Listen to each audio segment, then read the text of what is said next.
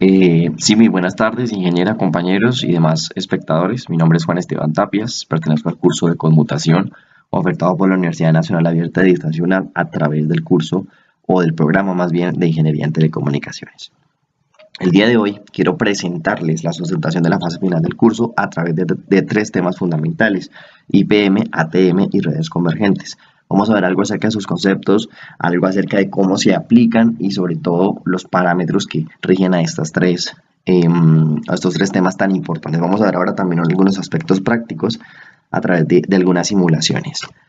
Bueno, los objetivos generales es comprender entonces la importancia de las temáticas del curso y comprender esos tres puntos o esas tres temáticas que les acabo de mencionar: protocolos IP, protocolo ATM y redes convergentes. Bueno, para poder entender IP, que es lo primero que queremos ver, debemos entender de dónde sale, de dónde se origina. Resulta que existe un modelo que se llama TCP/IP. Este modelo es el que sustenta las redes de área extensa, también se conocen como WAN. Y la red WAN más conocida para nosotros, o un ejemplo de esta puede ser el Internet. Entonces vemos que TCP/IP es el modelo que sustenta acá el Internet. ¿Gracias a qué? Gracias a cuatro capas importantes: la de aplicación, transporte, Internet e interfaz de red. Y cada una de estas posee sus propios protocolos. Pero la capa de Internet tiene aquí un protocolo que es al que queremos hacer referencia en este video, y es el protocolo IP. Es un protocolo muy importante y vamos a detallarlo entonces a continuación. Primero debemos entender qué función cumple IP, qué hace IP. Y para hacerlo podemos resumirlo en estos tres recuadros o en estas tres frases, si queremos decirlo así, que son fundamentales. Lo primero es que IP me permite desarrollar un sistema de comunicación. ¿Qué significa eso? Significa que si yo quiero conectar mi tableta, quiero conectar mi celular, quiero conectar mi equipo, o inclusive hoy con el Internet de las cosas, si quiero conectar mi estufa, mi nevera, etcétera, la quiero conectar a la red, enviar datos, recibir datos, descargar contenido. Si yo quiero hacer todo eso, debo establecer un sistema de comunicación. Y el protocolo IP me permite hacerlo gracias a este tercer recuadro: el método de identificación de terminales. Me permite desarrollar un sistema de comunicación usando un método de identificación de terminales, que, como vamos a ver más adelante, ese método también se conoce como direcciones IP. Ahora bien, ¿qué pasa con este recuadro de la mitad que no mencionamos? Este es muy importante, porque ¿qué significa que el protocolo IP sea global? Significa que yo, desde donde quiera que esté, desde mi casa, desde cualquier otro lugar, puedo conectarme a una red gracias a que el protocolo IP es global. Si yo solo me conectara a mi casa, pero al salir a otro lugar no pudiera conectarme, de nada me estaría sirviendo el protocolo IP. Pero el protocolo IP es un protocolo globalizado que permite desarrollar ese sistema de comunicaciones a través de los métodos de identificación de terminales, que, como vamos a ver, son las direcciones IP. Pero antes de profundizar en eso, quiero ver qué es una red IP, o más bien de qué se compone una red IP, porque cuando una red usa el protocolo IP, se convierte en una red IP. Y para eso vamos a ver algunos elementos importantes. Primero de ellos es el software, que es donde está el sistema operativo de la red y es un elemento súper fundamental dentro de la red. Tenemos también el server o servidor, que es donde se localizan todas las bases de datos, correos electrónicos, etcétera, que sustentan la red. De ahí es donde se toman la información importante que se requiere, por ejemplo, en una red de un hospital, en una red de un campus universitario, de una empresa, etcétera. El servidor sustenta toda la parte de base de datos. También tenemos el sistema de clientes, que es todo el conjunto de computadoras, dispositivos, celulares, etcétera, que están solicitando direcciones IP. Ya vamos a ver qué es eso, pero que están solicitando conexión. También tenemos las NIC o las NIC, que son la parte de los dispositivos que permite la conexión a las redes, las tarjetas. Y por último, los dispositivos adicionales, que pueden ser de diferente tipo, pueden ser routers, switches, lo que se conoce como puentes, etcétera, que forman parte de la red IP. Muy bien, continuemos entonces ahora para entender qué es una dirección IP. Comprender el concepto de dirección IP puede ser un poco confuso, así que voy a hacer una analogía con una autopista en la cual circulan muchos carros y queremos conocer las características o la información de cada uno de esos carros, y para eso yo necesito saber su placa. Esa placa es como esa dirección IP que permite identificar muchas características y mucho conocimiento acerca de ese dispositivo específico, de ese carro específico. En el caso de Internet funciona lo mismo, ya que cada dispositivo, como ustedes pueden ver acá, contiene su propia dirección IP que le permite identificarse dentro de la red. Esto es muy importante comprenderlo, y también es de resaltar, por ejemplo, que cuando tenemos tres dispositivos o más dispositivos, muchos dispositivos conectados a una misma red, van a compartir varios segmentos o varias porciones de esa dirección IP a la cual le fue asignada. Ya vamos a verlo en detalle, pero esto es importante comprenderlo. Entonces, el concepto de lo que es en sí una dirección IP. Ahora bien, dirección IP puede ser ipv 4 o ipv 6. La que acabamos de ver es ipv 4, que está compuesta por 32 bits, o sea, 4 octetos de los cuales se compone esa dirección.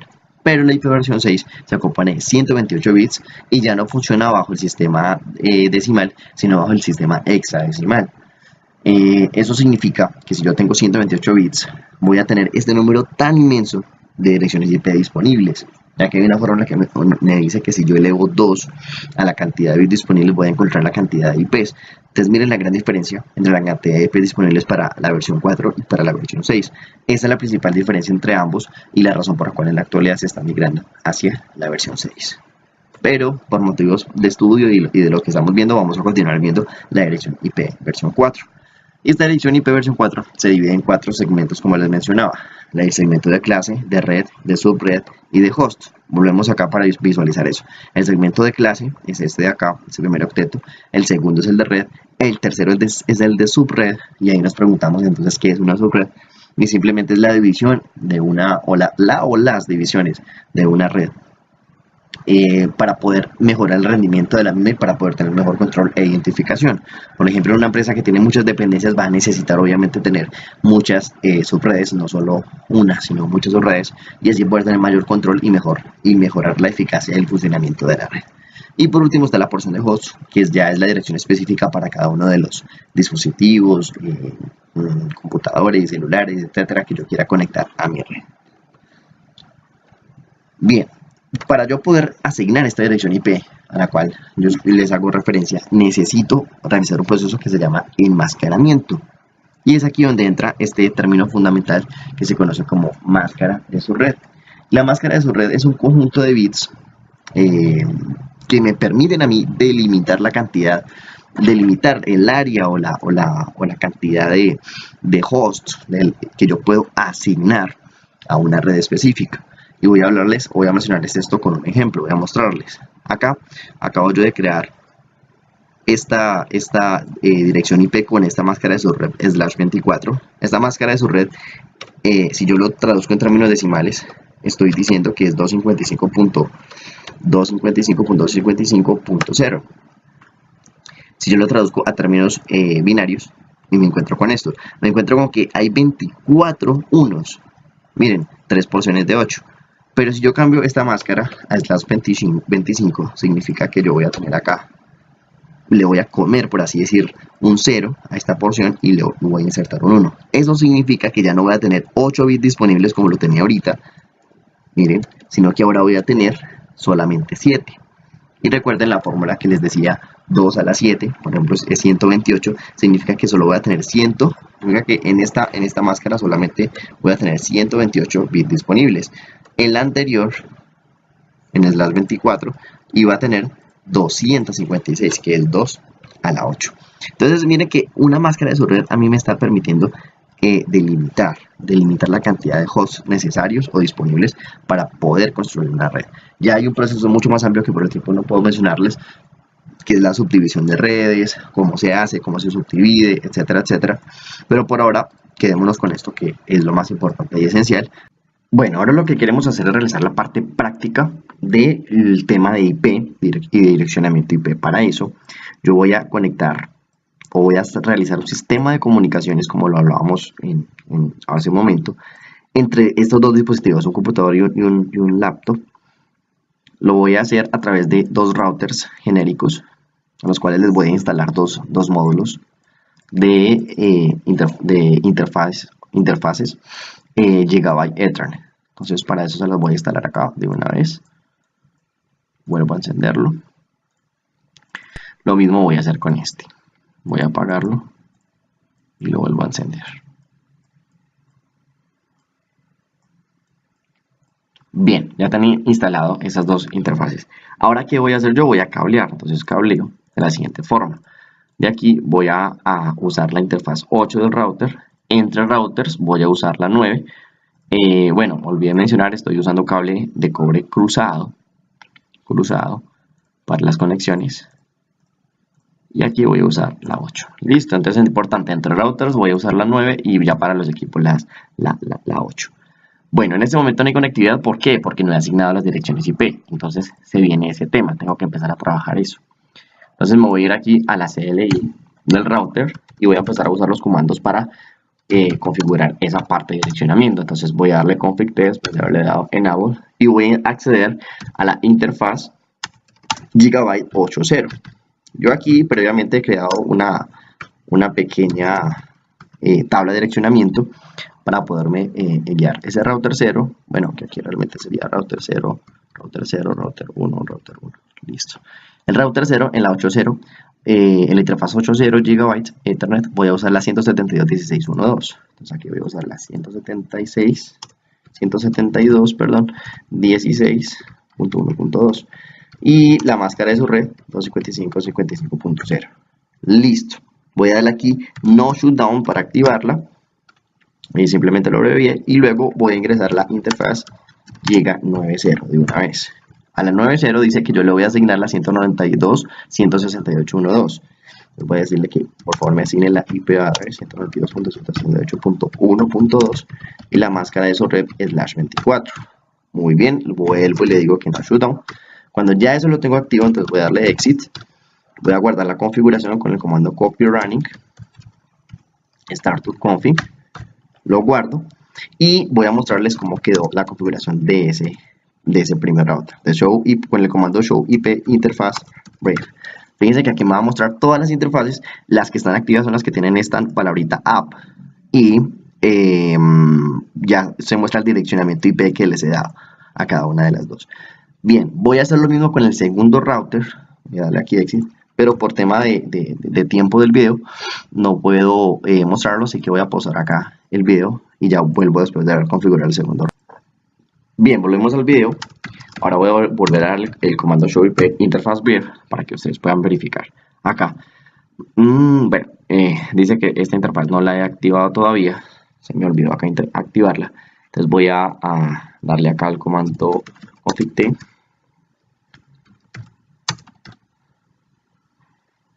Disculpen que no la configuré. 0, listo, lo voy a dar acá en no shutdown. Y listo, la activó.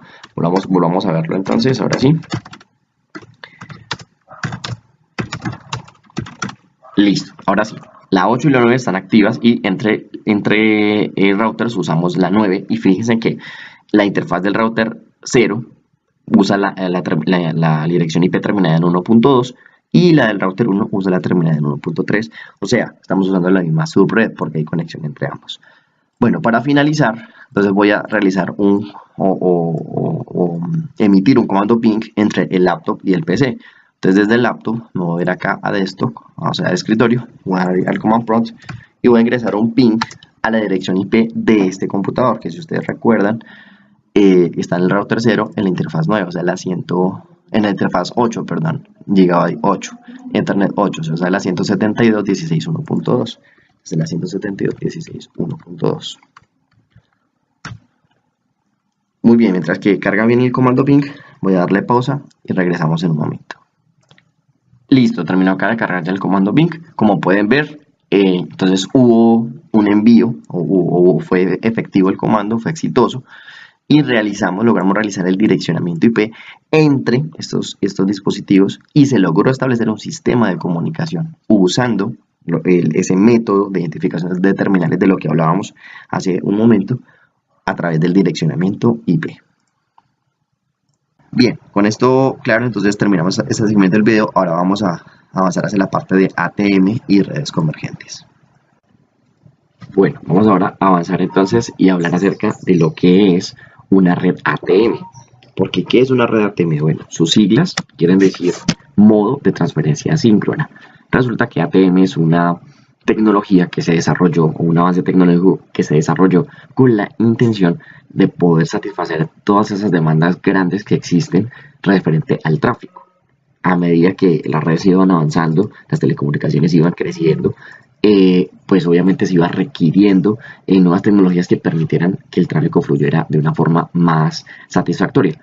Entonces, hay algo fundamental en ATM y es esto que está acá, esta frase que tenemos acá resaltada, subrayada. Las redes ATM se orientan hacia la conexión. ¿Qué quiere decir eso? Eso quiere decir que si yo quiero enviar un paquete o cierto tráfico, quiero generar cierto tráfico entre este host emisor hasta este host receptor, yo voy a necesitar obligadamente en ATM enviar un paquete inicial que establezca lo que se conoce como circuito virtual. ¿Qué quiere decir esto? Quiere decir que a medida que el paquete avanza por toda la subred, como ustedes pueden ver aquí en la gráfica, a medida que el paquete va avanzando por toda la subred, va estableciendo conexiones y va creando lo que se conoce como tablas de direccionamiento. Va creando entradas en esas tablas de direccionamiento a medida que va pasando por los conmutadores y así va creando el circuito virtual. Para que al final entonces yo ya pueda desde host emisor pasar por el circuito virtual toda la información y llegar hasta el host receptor. Y es básicamente, así como a grosso modo, es una forma de representarlo o de hablar lo que es ATM. Ahora, la idea fundamental de ATM, la premisa principal de ATM, es poder transmitir toda esa información en pequeños paquetes de un tamaño fijo que se conoce como celdas. Las celdas son simplemente como esos paquetes de un tamaño fijo de 53 bytes que se usan en ATM para poder establecer todos estos circuitos virtuales. Entonces las celdas se dividen en varias partes, de lo cual vamos a hablar ya a continuación, pero aquí tenemos un pequeño gráfico que nos lo muestra. Las celdas se dividen en dos partes, la parte del encabezado que tiene 5 bytes y la parte de los datos de usuario que tiene 48 bits, o bueno, más bien bytes, porque pues hay bastante diferencia entre bits y bytes. Bueno, vamos a continuar entonces ahora con lo que es el formato de las celdas ATM. Sigamos hablando de ATM. Quiero hacer esto un poco como más dinámico y corto, para no aburrirlos tanto porque es una parte bastante teórica de la sustentación. Entonces, las celdas ATM se dividen en dos partes, el encabezado y el payload o datos de usuario. Para payload se asignan, disculpen aquí el dibujo, se asignan 48 bytes o sí bytes, y para el encabezado se asignan 5 de esos bytes, formando la celda de 53 bytes de longitud fija.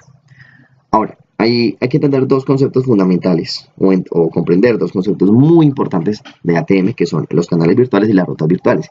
Esos conceptos se pueden representar de una forma muy clarita en esos dos indicadores, BPI y BCI, ya que son los que me permiten a mí identificar el enrutamiento entre nodo y nodo, entre cada nodo y una conexión. Ya vamos a hablar de ellos a más exactitud un poco adelante. Bueno, existen dos tipos de formatos o de celdas ATM, que son las UNI y las NNI. Las NNI en inglés quiere decir Network to Network Interface, son las que me permiten la conexión entre conmutadores privados, y las UNI son las que me permiten la conexión entre un conmutador público y una interfaz privada. Entonces, esta es básicamente la diferencia entre UNI y NNI. Avanzamos desde los campos de una celda, y vamos a detenernos un momento. El GFC es un campo que no se usa mucho, es el campo de control de flujo genérico, posee 4 bytes y me va a permitir a mí identificar las labores del tráfico. Como les menciono, es un campo que no se usa mucho, pero pues es importante estudiarlo o analizarlo. Tenemos los campos BPI y BCI, de los cuales les hablaba hace un momento, y son los campos que me permiten identificar las rutas de destino o las rutas finales de una celda como tal. Tenemos también el campo PT o Payload, que es un campo de 3 bits que nos permite a nosotros identificar los tipos de datos que está transportando esa celda ATM que estamos analizando. Tenemos el campo CLP, y en este campo hay algo muy curioso, es que este campo es el campo de establecimiento de prioridades y solo tiene un solo byte.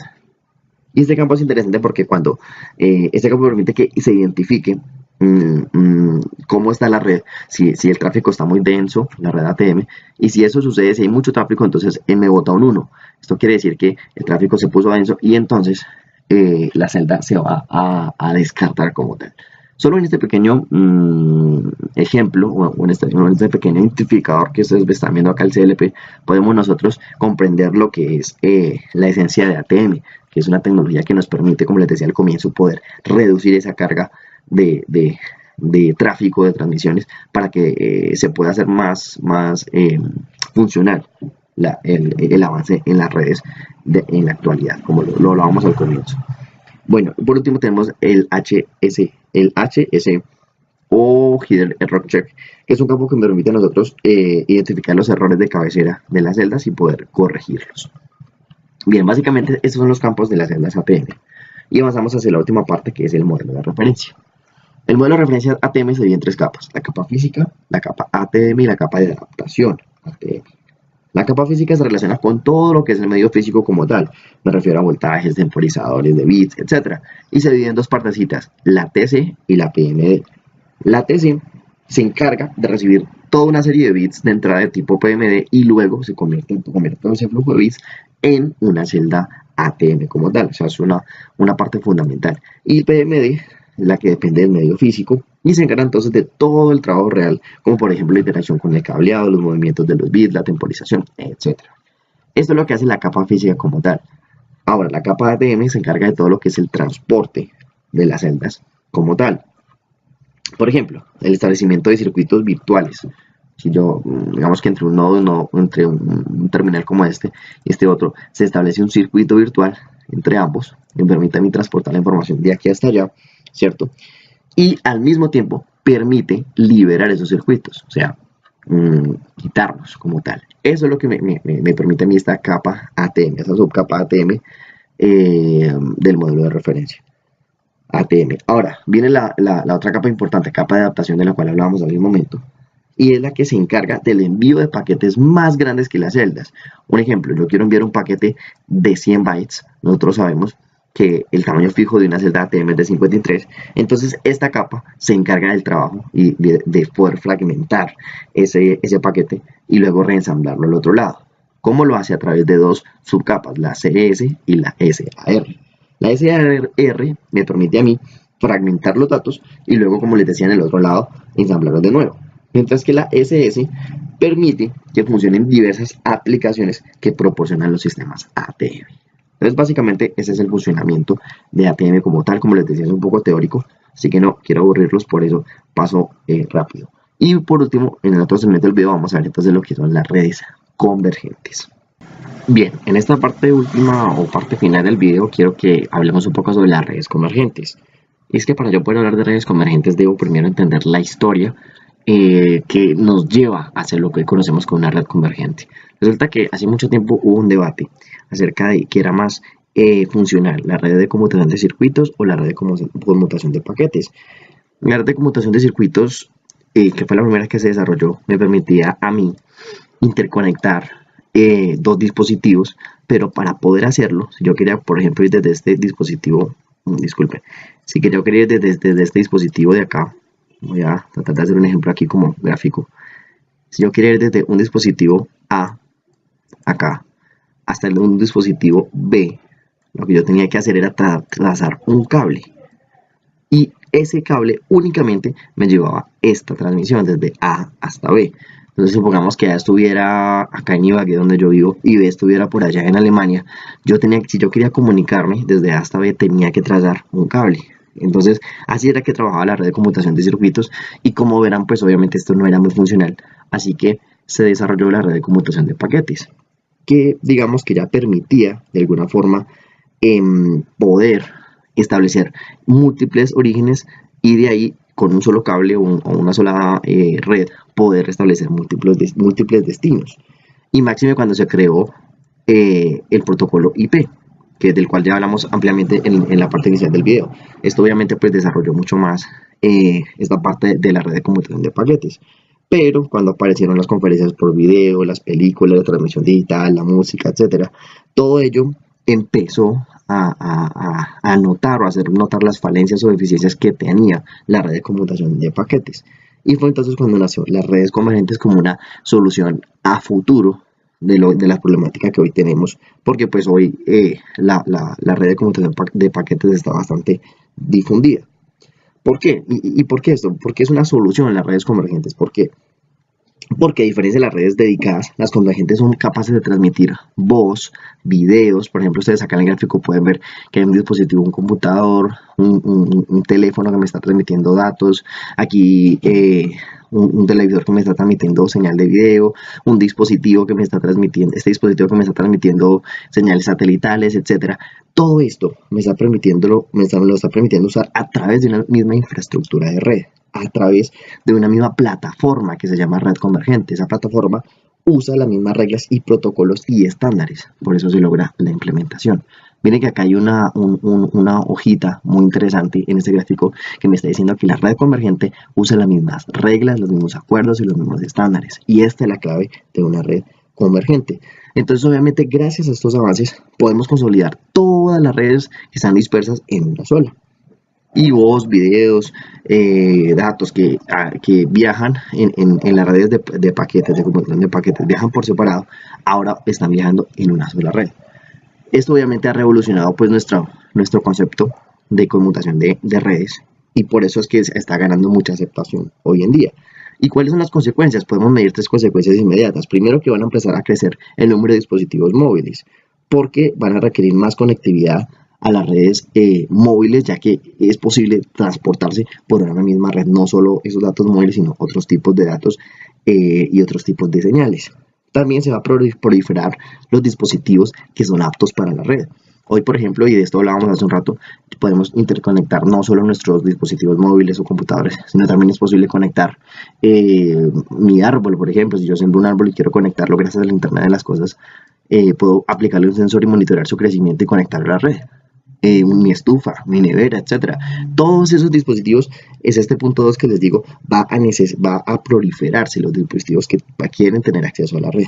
Y por último es que el rango de servicios se va a expandir, porque a medida que esta tecnología vaya creciendo, entonces también va a crecer las innovaciones que los operadores o que los desarrolladores puedan prestar para este tipo de servicios y lograr cumplir con las demandas. Entonces estas son las redes del futuro que nosotros vamos a estar desarrollando.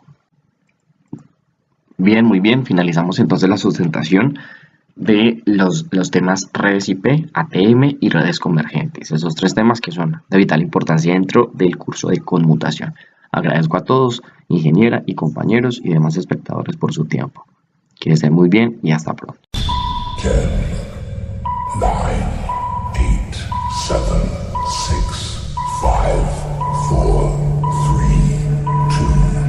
1, 0. Muy buenos días, compañeros y tutora. Mi nombre es Luis Jair Arango Ramírez, estudiante de Ingeniería de Telecomunicaciones. En este momento nos encontramos en un proceso de nuestro desarrollo del curso, que es la fase final, donde yo voy a hablarles a ustedes de unos pequeños temas como son las redes conmutadas.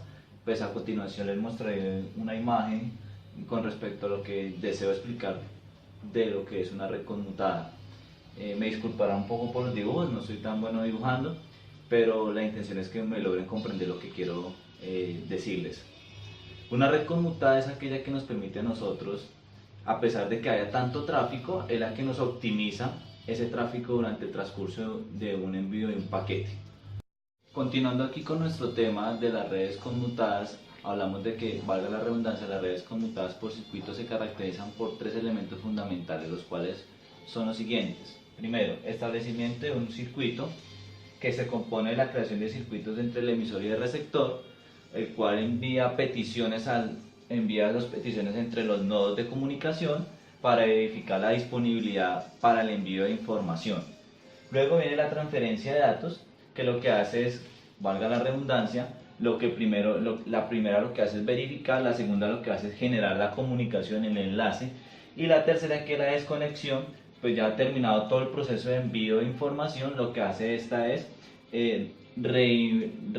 reponer nuevamente, no sé si sea la palabra adecuada, como poner nuevamente a disposición el proceso cíclico que se lleva a cabo en las redes conmutadas por circuitos, y sus componentes son los que anteriormente mencioné.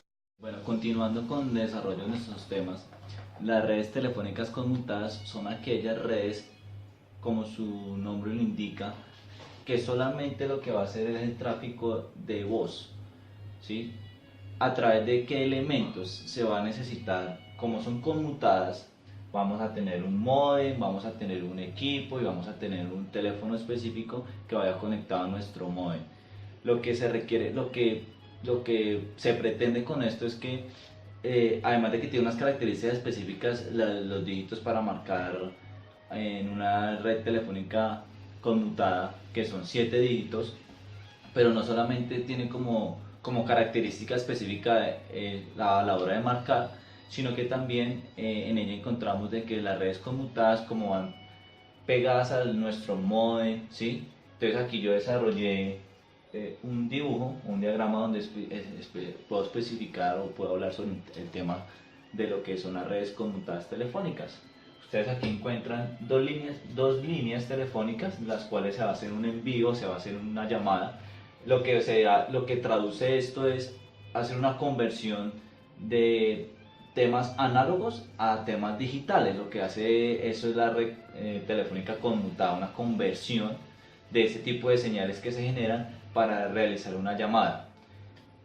Aquí podemos encontrar que tenemos una línea telefónica, están las troncales, que las troncales es el medio de transmisión por el cual verifica para poder llegar el mensaje al receptor. Entonces estamos acá hablando de un emisor, de un receptor, y tenemos una PSTN, que es el campo de acción donde vamos a verificar todo el tema del llamado, de lo que nosotros necesitamos para el desarrollo de nuestra llamada.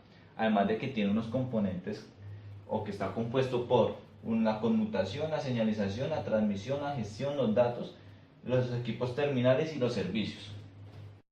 Bueno, para finalizar el tema de las redes telefónicas conmutadas, lo que se pretende es que haya una comunicación entre dos puntos, además de que esto tiene una especificación de una zona geográfica, valga la redundancia, específica, pero lo que se pretende es lograr una comunicación a través de la voz, haciendo conversiones de análogo digital para lograr la comunicación con otra persona. De eso se trata las redes telefónicas conmutadas, además de que lo que mencioné anteriormente, están conectadas a través de internet, por decirlo de esa manera.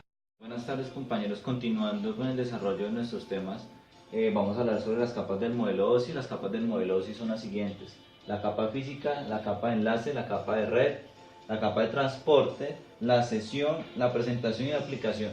Va a haber una pequeña definición en qué consiste cada una de ellas en el desarrollo del modelo OSI. La capa física, hablamos de toda la parte del hardware, lo que compone, cómo está, valga la redundancia, compuesta, como son los cables y conectores. Hablamos de lo que puede ser tangible.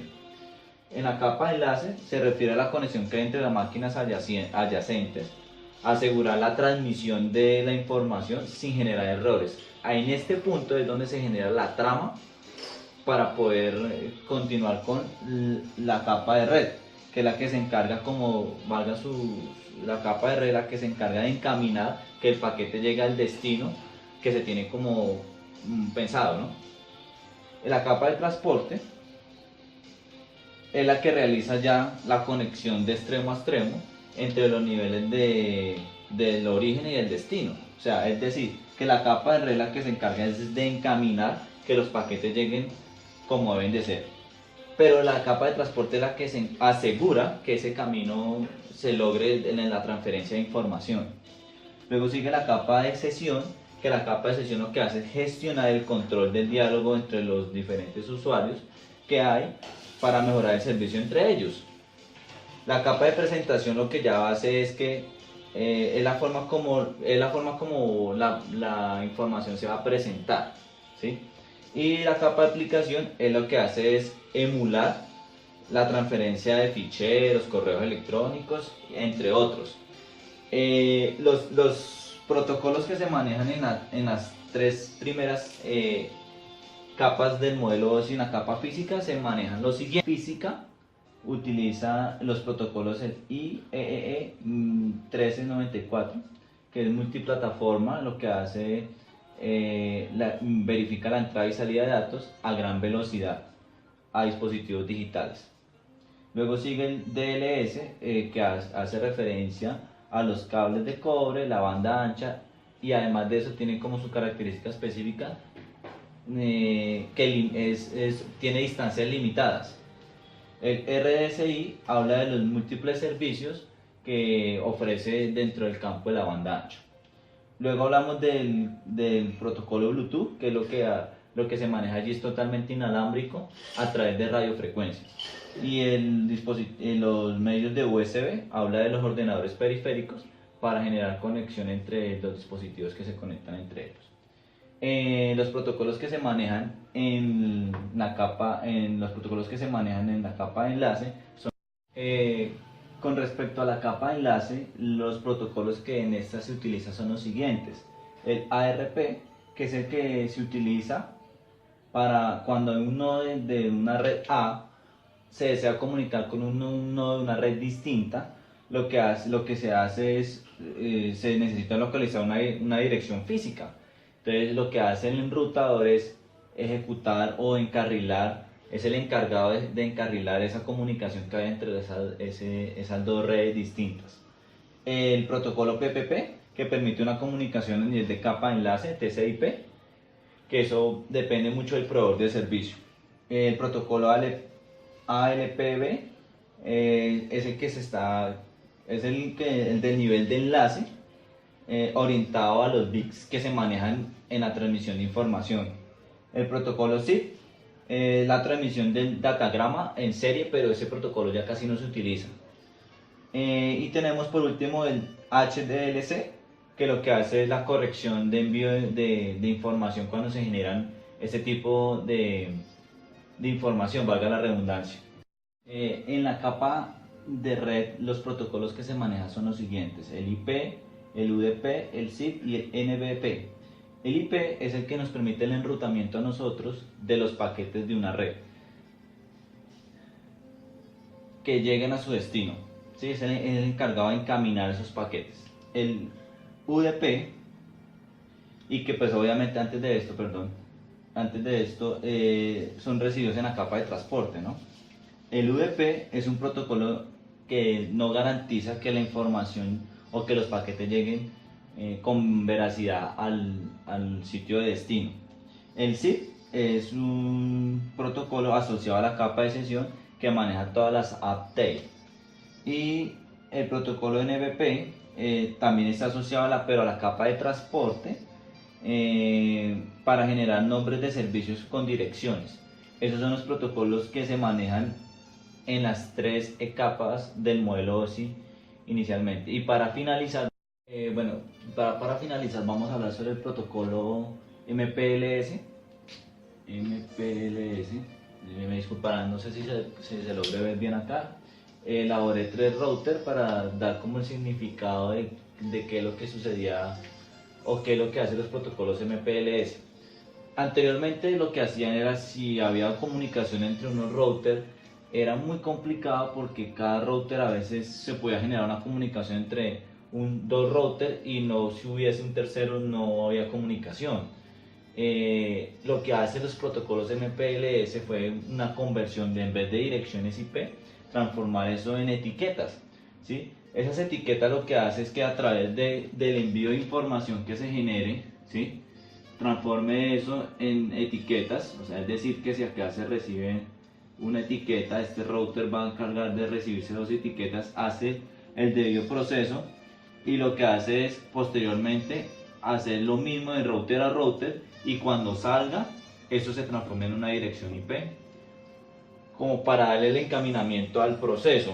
Lo que hace el protocolo MPL es eso, transformar, por decirlo, no sé si suene como apropiado, las direcciones IP en etiquetas para que pueda ser repartida de una manera equitativa en los routers de comunicación, para que no haya ningún problema en el tráfico de información. Además tiene unas características fundamentales, las cuales son las siguientes. Este protocolo opera entre las capas de enlace de datos, entre la capa 2 y la capa 3 del modelo OSI. Además, funciona sobre cualquier tecnología que nosotros utilicemos. Los soportes de envío de paquetes son Unicast como Multicast. facilita la gestión de las VPNs, permite el crecimiento constante del Internet, o sea, mejora el tráfico de información, es compatible con procedimientos de operación, administración y mantenimiento de las direcciones IP, mantiene circuitos virtuales, permite cualquier protocolo de enrutamiento tradicional también, genera redes privadas, mapea las direcciones IP a lo largo de lo que se hace como proceso, y no más. Por el lado con respecto al protocolo MPLS, nos facilita mucho. En conclusión, lo que hace el protocolo MPLS es transformar eso en etiquetas para facilitar el proceso de transferencia de paquetes, transformar esos paquetes en etiquetas para que haya una equidad entre los routers de comunicación. Eso es lo que hace el protocolo MPLS. Por un lado, su arquitectura está compuesta por LSR, que es el elemento que conmuta las etiquetas, el LSP, que tiene un nombre genérico, que lo que genera es un camino entre MPLS, es decir, establece entre los extremos un encaminamiento para las etiquetas, bidireccional. Luego sigue el LDP, que lo que hace también es un protocolo de las etiquetas para la distribución de lo que se genera en ellas. Y luego para terminar sigue el FEC, que es un nombre que se le da al tráfico para encaminar el conjunto de paquetes tratados de una forma conmutada. Esto es todo. Agradezco su colaboración y quedo atento a sus comentarios. Buenas tardes para todos. Mi nombre es Brian Steven Bordalayón, estudiante de la Universidad Nacional Abierta de Distancia, de octavo semestre de Ingeniería de Telecomunicaciones. Este trabajo es para la materia de conmutación. Voy a sustentar parte de la unidad 2 de redes de conmutación de paquetes de análisis de tráfico.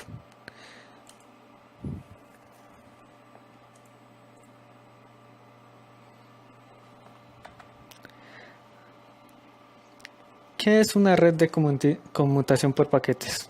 En la conmutación de paquetes los datos se dividen o se envían en paquetes cortos de 1000 octetos. Cada paquete, además de datos, incluye en una cabecera la información necesaria para alcanzar su destino en la red. En cada nodo, el paquete se recibe, se almacena temporalmente y se envía al siguiente nodo hasta alcanzar el destino. La ventaja de usar la red de conmutación por paquetes es que crea una eficiencia en la línea, ya que un mismo enlace puede ser compartido dinámicamente en el tiempo por varios paquetes. Los paquetes van formando una cola y se transmiten por la línea tan rápidamente como es posible. También permiten el intercambio de paquetes a diferentes velocidades, pues cada estación se conecta a su nodo con su propia velocidad.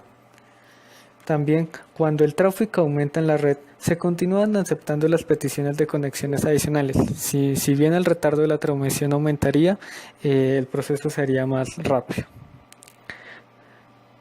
Cada nodo puede transmitir en primer lugar sus paquetes desde su cola, así tener uso de prioridades. ¿Qué es un analizador de protocolos? Un analizador de protocolos es una herramienta que sirve para desarrollar y depurar protocolos y aplicaciones de red. Permite al ordenador de capturas diversas tramas de red para analizarlas, ya sea en tiempo real o después de haberlas capturado. Para analizar, se entiende que el programa puede reconocer en la trama capturada pertenece a cada protocolo en concreto, TCP, ICMP, etc. y muestra al usuario la información decodificada. Usos de un analizador de protocolos. El analizador de protocolos analiza y soporta demandas de nuevas aplicaciones como voz IP. Se obtiene mayor eficiencia en la red. El analizador, todo lo que pasa por ella, detecta problemas concretos. Analiza redes remotas sin necesidad de realizar largos viajes. Y analiza y monitorea varias redes a la vez. Una herramienta importante del analizador de tráfico se llama Wireshark. Es un analizador de paquetes de red y que intenta capturar paquetes en la red e intenta visualizar los datos de esos paquetes tan detalladamente como sea posible. Se puede pensar en un analizador de paquetes de red como un dispositivo de medida usado para examinar qué está pasando en el interior de un cable de red. Wireshark tiene todas las características estándares que se puede esperar de un analizador de protocolos. Su licencia es de código abierto y puede ser ejecutado en plataformas como Linux o Windows. ¿Cómo se usa Wireshark para capturar paquetes? Después de descargar e instalar Wireshark, se puede iniciar y hacer clic en el nombre de una interfaz, en la lista de interfaces para comenzar a capturar paquetes de esta interfaz. Por ejemplo, si deseas capturar el tráfico de la red inalámbrica, haz doble clic dependiendo de la red. Tan pronto como uno hace clic en la interfaz, se verá que los paquetes empiezan a aparecer en tiempo real. Wireshark captura cada paquete enviado hacia o desde tu sistema, y si estás haciendo capturas en una interfaz inalámbrica y tienes el modo promiscuo activado, en sus opciones de captura también verás los paquetes de los otros paquetes de red. ¿Cómo usar Wireshark para filtrar paquetes?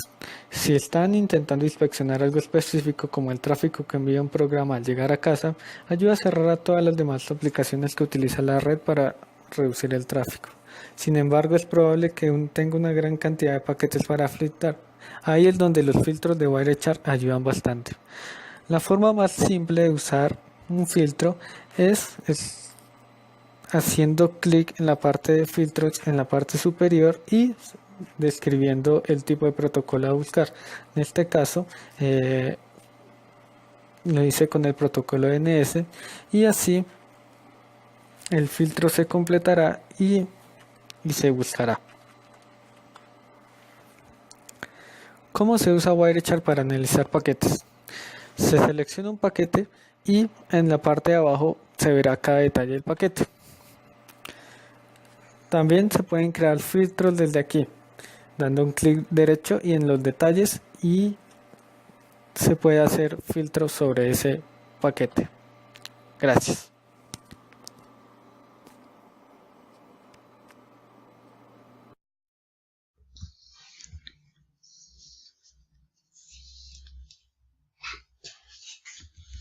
Muy buenas tardes, mi nombre es María Andreina Ruiz Corredor del curso de conmutación con la tutora Catalina Ivette Córdoba. Voy a sustentar el tema PSTN, que es la red telefónica pública conmutada. ¿Qué es la red telefónica pública conmutada? Es el sistema utilizado por las líneas de telefonía terrestre, o sea, alambre de cobre, para transportar señales de voz análogas en tiempo real. Características de la red pública conmutada. Ofrece a cada usuario un circuito para señales analógicas con una banda de 4 kHz para cada conversión entre dos domicilios. Única red con cobertura y capilaridad nacional. Capacidad de interconexión con las redes móviles. Proporciona punto de acceso a otras redes o terminales solo dentro de una zona geográfica específica.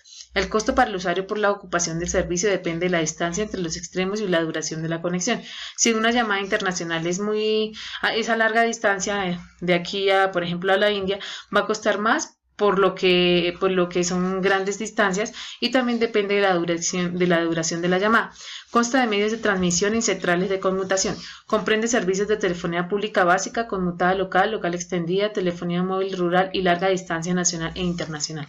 Podemos acá ver un circuito de red pública conmutada, donde al querer hacer una llamada, al descolgarse el teléfono, envía una señal a la troncal urbana con el fin de verificar si está disponible para transmisión de Esta a su vez emite una comunicación entre la troncal municipal, que es la que rige a estas dos troncales urbanas.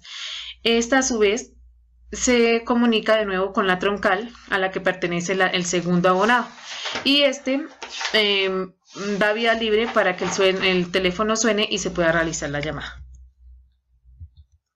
Componentes de una red telefónica pública conmutada.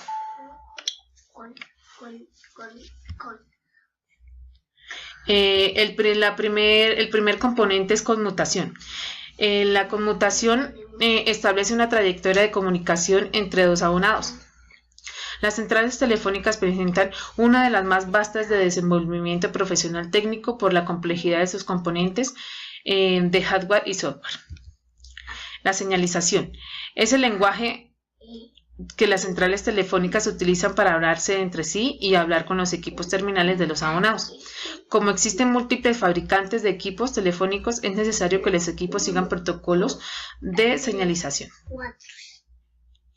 La transición es el medio físico que conduce las señales portadoras de voz o datos por la red, así como también los equipos electrónicos del medio. Pueden ser los cables de fibra óptica, los cables coaxiales, el cable de cobre, etc. La gestión. La gestión se encarga de mantener la vigilancia ininterrumpida sobre los elementos de red. Proporciona mecanismos automatizados, centralizados y amigables para configurar los elementos de red. Optimizan la administración de los recursos de conmutación y transmisión y hacen eficiente el mantenimiento preventivo y reactivo de la red. Los datos cumplen una función crucial. Le dan viabilidad a los equipos y la fibra óptica instalados a lo largo y ancho del país en un punto centralizado, el centro de control. Equipos terminales. Son propiedad de los abonados, desde los apartados telefónicos, los equipos de fax, las estaciones de trabajo o computadores personales, hasta los complicados sistemas de telefonía privada. Los servicios. Los servicios de telecomunicaciones típicos para los que los operadores están preparados son los siguientes: larga distancia nacional e internacional, asistencia por operadoras, tarjetas telefónicas de prepago y factura mensual, redes privadas virtuales, nacionales y o mundiales, líneas privadas, frame relay, internet y ISDN. El ancho de banda de un canal telefónico. Los sonidos desde el punto de vista de la frecuencia se encuentran entre los 20 y 20.000 Hz para las frecuencias audibles por el hombre. Para que un canal que transmita sonido fuera de alta fidelidad debería tener un ancho que permitiera transmitir todas las frecuencias sin recortarlas, pero el canal telefónico solo permite frecuencias entre 300 y 3400.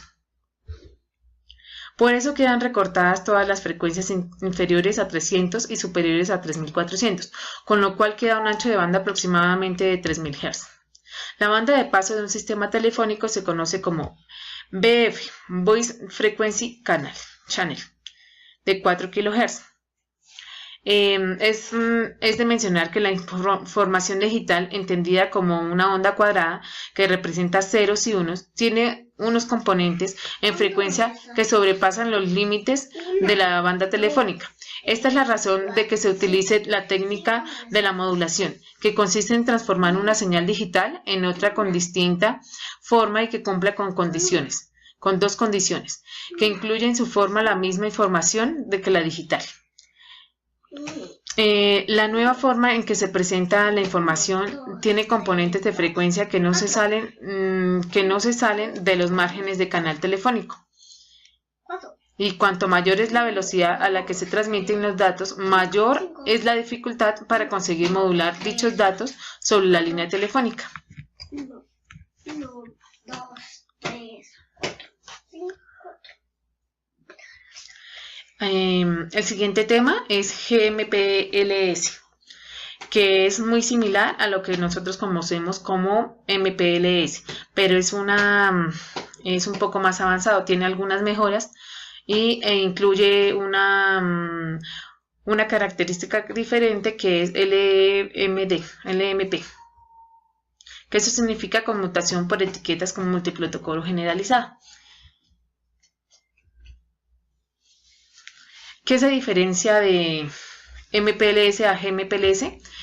Dice que es una mejora realizada a la arquitectura MPLS por medio de una separación completa de los planos de control y los datos de capas de red diferentes, estandarizada por el Grupo de Trabajo de Ingeniería de Internet IETF. Tiene como característica principal que, a diferencia de MPLS, no conmuta solo paquetes, sino que además realiza conmutación en tiempo y en longitud de onda. Características GMPLS. La tecnología GMPLS está basada en la ingeniería de tráfico, extendida por la tecnología MPLS. La mayor característica adicionada en GMPLS es un protocolo de señalización nuevo, el LMP, o enlace de transmisión de administración de protocolo. Con este protocolo se logra establecer, liberar y administrar conexiones entre dos nodos GMPLS y adyacentes, mientras que la tecnología utilizada por el plano de control GMPLS sigue siendo basado en el protocolo IP. El plano de datos ahora puede diversificar para incluir más variedades de tráfico, TDM, lambda, paquetes, fibra, etc. A diferencia de MPLS, las etiquetas están relacionadas directamente con los dispositivos físicos de la red, capa del modelo OSI. Estas generan algunas veces conflicto en el establecimiento de la conexión LSP. Incluye el concepto de conjunto de etiquetas para solucionar este inconveniente. Los protocolos utilizados por GMPLS. Utiliza LMP, RSVP, TE o SPF, TE. El LMP es el protocolo de interconexión de gestión. Es capaz de localizar averías independientemente del esquema de codificación que se utilice para transmitir los datos. LMP logra generar, establecer y liberar conexiones entre dos o más nodos GMPLS. El protocolo RSVP-TE. Protocolo de la capa de transporte, protocolo de reserva de recursos, encargado de preservar los recursos de una red bajo la arquitectura de servicios integrados, utilizado por host y router para solicitar o entregar niveles específicos de calidad de servicios para los flujos de datos de las aplicaciones.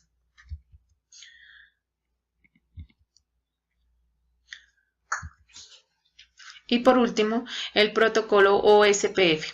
Trabaja en la parte interna de las redes. Cada router conoce a los routers más cercanos y las direcciones de cada uno. Además, cada router conoce a la distancia que se encuentra el uno del otro. Así, cuando tiene que enviar un paquete, puede escoger el camino más corto para entregar el paquete. El funcionamiento. El funcionamiento de GMPLS es que va utilizando la tecnología IP, también puede diversificar y controlar mayor tipo de tráfico TDM, lambda, paquetes, fibra, entre otros. GMPLS extiende sus funcionalidades de MPLS utilizando etiquetas TDM para la provisión de caminos y rutas de acceso y etiquetas SONET para la definición de franjas de horarios. Y la representación de la etiqueta tradicional de 4 bytes ahora es variable, donde en cada etiqueta se informa de time slot, longitud de onda, tiempo de fibra dentro de un conjunto de fibras de cable. En GMPLS existen 3 componentes principales involucrados en el establecimiento de un canal. El primero es la exploración de recursos. Se obtiene información acerca de los recursos de red, tales como conectividad o capacidad de los enlaces. Los mecanismos utilizados para diseminar esta información de estado se basan en una extensión del Internet Gateway Protocol IGP. Selección de ruta. Se utiliza para seleccionar una ruta apropiada a través de la red óptica inteligente en base a unas ciertas restricciones impuestas por el entorno y las limitaciones de la capa física. Gestión de ruta. Incluye distribución de etiquetas, así como establecimiento, mantenimiento y terminación de una ruta.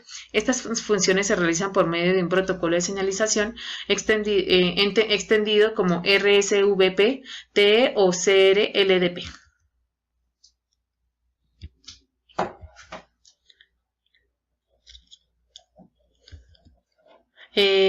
Paso de un paquete por la red. Acá podemos ver el paso de un paquete por la red, donde este busca el camino más corto de acuerdo a el paquete a enviar.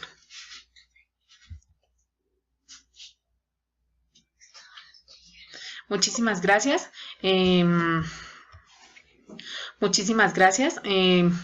Les recuerdo, mi nombre es María Andreina Ruiz Corredor, del curso Conmutación de la Universidad Nacional Abierta a Distancia UNAM. Gracias.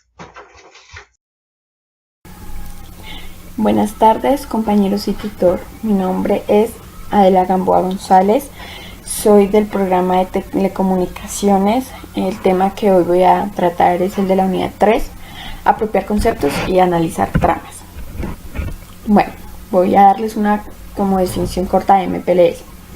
El protocolo MPLS es un mecanismo de transporte de datos estándar creado por la IETF y definido en el RFC 3031. Este opera entre la capa de enlace de datos y la capa de red del modelo OSI. Fue diseñado para unificar el servicio de transporte de datos para las redes basadas en circuitos y basadas en paquetes. Puede ser utilizado para transportar diferentes tipos de tráfico, incluyendo el tráfico de voz y el tráfico de paquetes. MPLS se basa en el etiquetado de los paquetes en base a criterios de prioridad y o calidad. La idea de MPLS es realizar la conmutación de los paquetes o datagramas en función de las etiquetas. Por tanto, MPLS es una tecnología que permite ofrecer calidad independientemente de la red sobre la que se implemente. En el etiquetado en capa 2 permite ofrecer servicio multiprotocolo y ser portable sobre multitud de tecnologías de capa de enlace como el ATM, Frame Relay, líneas dedicadas y las LANs. Aquí podemos ver el modelo OSI, vemos la capa de red y que también funciona la capa de datos. Bueno, terminología. Tenemos al FAKE, que es un conjunto de paquetes que entran en la red MPLS por la misma interfaz, que reciben la misma etiqueta y por tanto circulan por un mismo trayecto. Normalmente se trata de datagramas que pertenecen a un mismo flujo. Tenemos el LSP, que es un camino que siguen por la red MPLS los paquetes que pertenecen a la misma FAKE. Es equivalente a un circuito virtual en ATM o Frame Relay. El LSR, router que puede encaminar paquetes en función del valor de la etiqueta MPLS. LDP es el protocolo que utilizan los LSR para asignar las etiquetas. LIB, la tabla de etiquetas que manejan los LSR, relaciona la pareja entre interfaz de entrada, etiqueta de entrada, con interfaz de salida, etiqueta de salida. Los LSR pueden ser a su vez de varios tipos. Está el LSR interior, que es el que encamina paquetes dentro de la red MPLS, y su misión es únicamente cambiar las etiquetas para cada FAKE según le indica su lib. El LSR frontera de ingreso, los que se encuentran en la entrada del flujo a la red MPLS, que se encargan de clasificar los paquetes en FAKEs y poner las etiquetas correspondientes. Los LSR frontera de egreso, los que se encuentran a la salida del flujo de la red MPLS al final de la LSP. Estos se encargan de eliminar del paquete la etiqueta MPLS, dejándolos tal como estaba al principio. Más adelante les voy a explicar el funcionamiento como tal y cómo llegan los paquetes. Entonces, funcionamiento. Una red MPLS consiste en un conjunto de enrutadores de conmutación de etiquetas LSR que tienen la capacidad de conmutar y rutear paquetes en base a la etiqueta que se ha añadido a cada paquete. Cada etiqueta define un flujo de paquetes entre dos puntos finales. Cada flujo es diferente y es llamado clase de equivalencia de reenvío. Cada FAKE, además de la ruta de los paquetes, contiene una serie de caracteres que definen los requerimientos de calidad del flujo. Los routers de la red MPLS no necesitan examinar ni procesar el encabezado IP, solo es necesario reenviar cada paquete dependiendo del valor de su etiqueta. Los requisitos para el tráfico de MPLS son los siguientes. 1. Todo tráfico debe asignarse a un FAKE específico. 2. Se necesita de un protocolo de ruteo para determinar la topología y las condiciones de dominio para que los LSPS puedan ser asignadas a un FAKE. Adicionalmente, el protocolo de ruteo debe de recolectar información y utilizarla para proveer los requerimientos de calidad del FAKE. Tercero, cada LSR debe contener las LSPS de cada FAKE para poder asignarles una etiqueta de entrada y deben comunicarla a todos los demás LSR en la ruta de dicho LSP. Encabezado y etiqueta. MPLS consta de la asignación e intercambio de etiquetas que permiten el establecimiento de los caminos para el envío de paquetes, los cuales son llamados LSP. Estos son caminos virtuales de información, las cuales son simples. Bueno, cada LSP se crea de un router a otro, que es donde sucede el intercambio de etiquetas. Así los paquetes pueden ser enviados de un punto a otro en la red a través del dominio del MPLS. Este uso de conmutación de etiquetas resulta más eficiente que la conmutación basada en IP, puesto que resulta más rápido mirar el contenido de una etiqueta que hacer el procesamiento de cabecera de los paquetes y una compleja búsqueda de direcciones IP en la tabla de direcciones del router. Entonces, como lo venía aquí, como nos explica, el MPLS lo que hace es simplemente utilizar las etiquetas, enviarlas a su destino final. Ya cuando llegan al router de borde, él ya toma la dirección IP para enviarla, pero ellos ingresan con una etiqueta, salen con otra, y esto es lo que hace que MPLS sea eficaz, ¿cierto? Pues porque hasta mirar una dirección, que se confundan, que la misma red. Entonces esto es una de las ventajas que tiene este protocolo. Gracias por su atención.